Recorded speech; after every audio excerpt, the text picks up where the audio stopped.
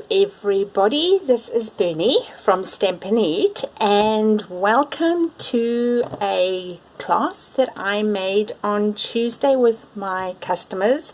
It's we did some Christmas decorations and some Christmas cards, and I deliberately didn't put this video up on YouTube before the class because I wanted my customers attending the class to get the first dibs at how we make these gorgeous Tealight boxes. So what I'm going to show you today is how to make this gorgeous Tealight box, and a very easy trick to zhuzh up some plain Tealights that start off looking like this, and then we turn them into something beautiful.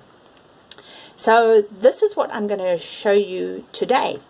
What does it feature? So it features the Eden's Garden stamp set. Now I used the stamp set in a Christmas card as well, but for this project I'm using this tiny little stamp that will give us the gorgeous little Christmas flowers over there. So we're going to use that. I've also featured the stitched rectangulars dies, as well as the tailor-made dies, and those are both can be found in the annual. The Eden's Garden is going to be in the mini catalogue from January to July. So what do you need for this project? First of all, you need a piece of cardstock. It doesn't matter what color you use. I wanted to use crumb cake for this project, and it needs to be cut at 7 7/8 by 5 1/8 inches, or 19.5 by 14 centimeters. Now I must confess I don't work in centimeters, so the rest of my measurements are going to be in inches. You need to score it on the long side at 3/4 of an inch. I've got 3 1/4. 3/4 of an inch. So I've already pre-scored it. You're going to then turn it around and score it on the opposite side at 3/4. Then on the short side you're going to do it at 3/4, 2 1/4, 3, and 4 1/2. And what you should notice is that this side, the 4 1/2 side, is obviously long or wider than the 3/4, and this becomes our lid. So burnish these in using your bone folder on all the crease marks, and you're going to see this project actually is very easy to make. It looks hard, but it's not. Well, I don't think it is anyway. I'm going to post this project, as I have with all my other projects, onto my website, which is www.stampin.myprojects. It's also obviously going to be on my Facebook page, my Instagram, and Pinterest, so feel free to follow me on those channels. Now, as I've already mentioned, you've got a wider side and a narrower side. The wider side is what becomes our top box lid. So if I fold it like that, you can see how beautifully flush it fits. So what I always suggest to my clients when we make this project is keep this wide flap on your left, because that's going to be how we gauge where we're going to put the die. So if I move this into the camera, if you butt up your die and put it in the middle of the bottom big rectangular section, so when you're eyeballing it, you want it to be more or less in the middle, because that's what you're cutting out over here, is that little section over there. Now before I owned the stitch rectangular dies, I found it I just used to use dies or stamps, punches rather, that cut out that shape, but this works much better. Now I have found the washi tape seems to pull on the crumb cake. I don't know why. So just go more into the center, because that's going to be surplus. So then you're going to die cut this out. So I'm going to just pause the video and come back and show you, but you're also going to take the biggest size up of the die that's slightly larger than the one you're cutting the window out of, and with your window sheet you're going to cut out a piece of window sheet. So I'll just pause this and I'll be back. Alright, so now I've cut out, this one's slightly skewed, but I've cut out my window. I'm now going to turn it over so that it's on the box side that's in the inside. I'm taking my clear acetate and I'm using my silicone sheet for this, and using my Stampin' Seal Plus I'm going to go as close to the edge of the two ends as possible. So you've popped your glue on that end and you've popped your glue on that end. So if I make it shine in the camera, you should be able to see it. Just tuck in any extra glue onto the inside. Position your clear bit over there, and now you've got your cover. That's simple. Now what you're going to do now is you're going to use your paper trim scissors and you're just going to cut up on those score lines, but you are going to remove the center one.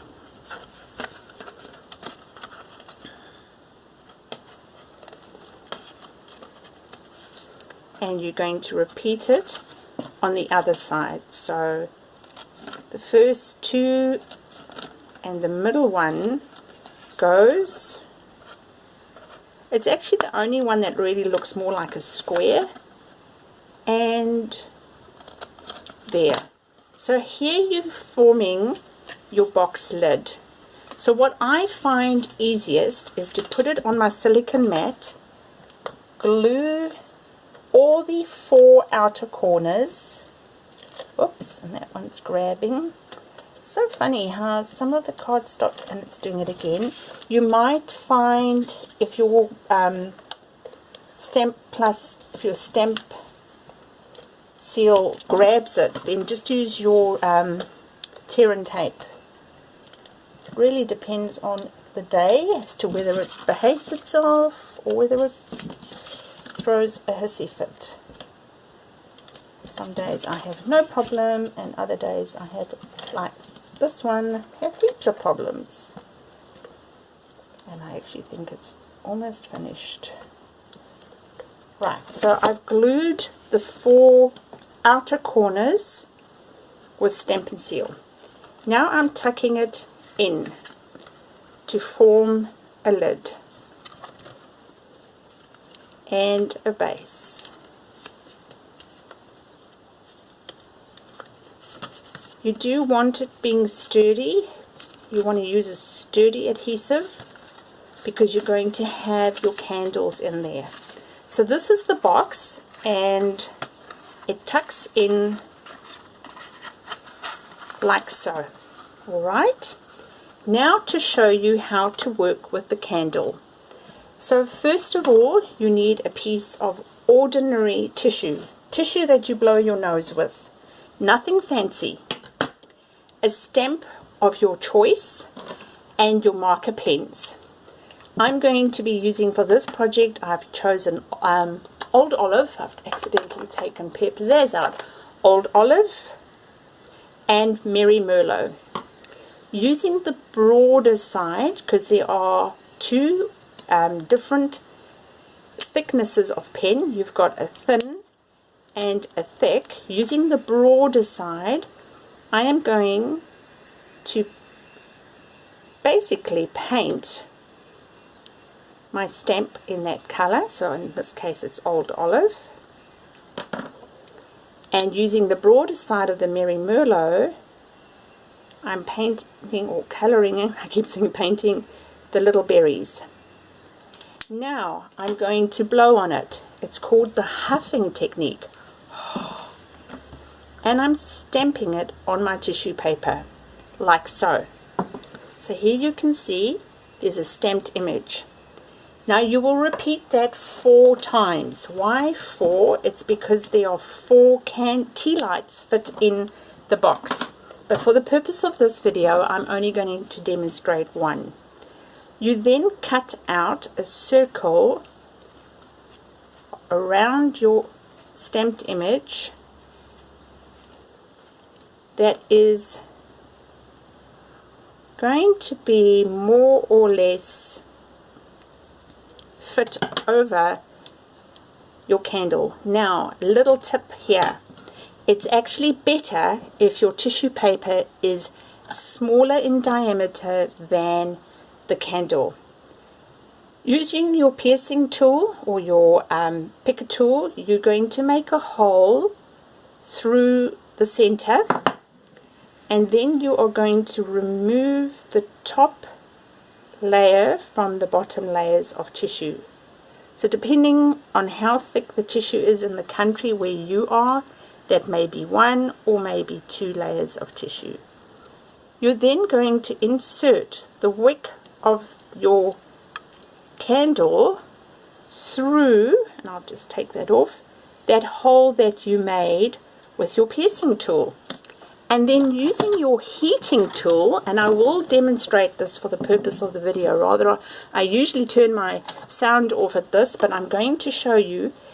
You'll turn on your heating tool and you're going to melt the wax. So keep your heating tool high. I've got an old one, so I can't vary the speed. Oops, it's not plugged in. Give me a minute.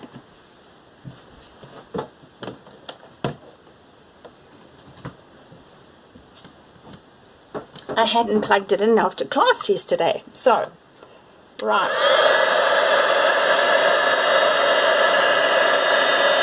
What you're looking for is to see the wax melt and your tissue will become translucent.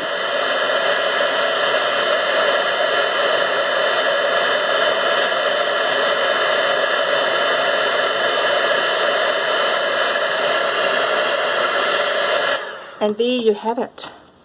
So that's just cooled down. That's melted in. That goes into your Tealight box, and as I said, it fits through 4 Tealights perfectly. Then all you need to do to finish this gorgeous project is to cut yourself a tag from the tag dies that I mentioned, using Let's Celebrate Everything from the Eden Garden stamp set. I'm using, what am I using? Soft suede.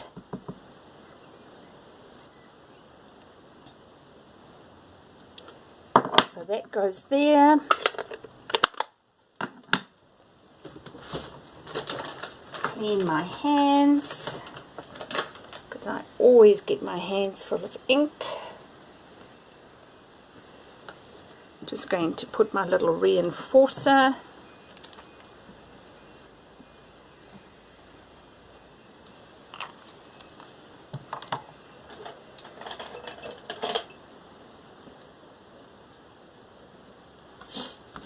Just remember to butt up the edge depending on which tag you choose to use. Then I'm going to use some of the holiday cheer gems, so I'm choosing to use the holiday rhinestone gems. I'm just going to put a nice green one there.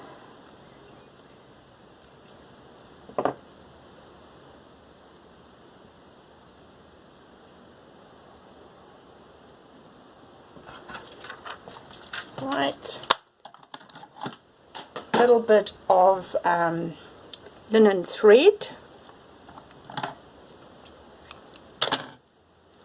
Fold it in half and through.